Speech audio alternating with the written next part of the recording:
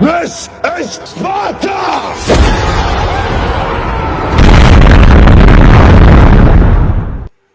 السلام عليكم ورحمة الله وبركاته. حلقة جديدة من حلقات مع حفني. عنوان حلقتنا النهاردة مجلس النواب، مبنى عريق، مبنى كبير، ليه تاريخ كبير.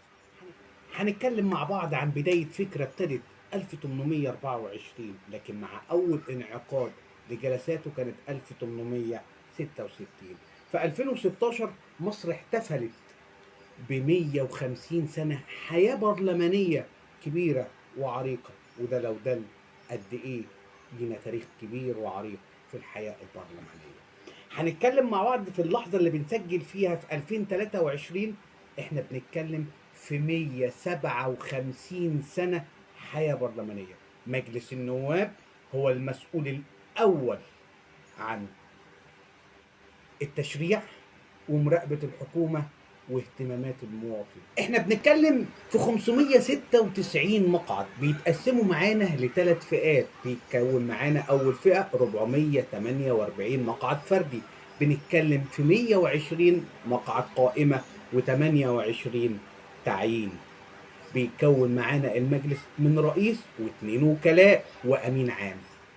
احنا بنتكلم في الاحزاب المسيطره على المقاعد. حزب مستقبل وطن ب 316 مقعد، بيجي ورا منه حزب الشعب الجمهوري ب 50 مقعد، حزب الوفد ب 26 مقعد، حزب حماة وطن ب 23 مقعد.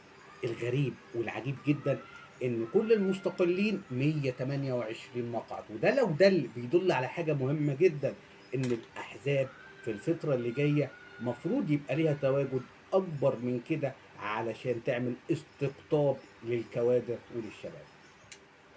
قبل ما انهي الحلقه بتاعتي ليا تمني، التمني دوت اقدر اقوله لحضراتكم ان انا نفسي بجد احضر جلسه من الجلسات العامه، اخش لجنه من اللجان النوعيه واشوف المناقشات شغاله ازاي، الشد والجذب بين الاعضاء ماشي ازاي، اعيش اللحظه ديت، اشوف كمان المبنى الجديد في العاصمه الاداريه الجديده.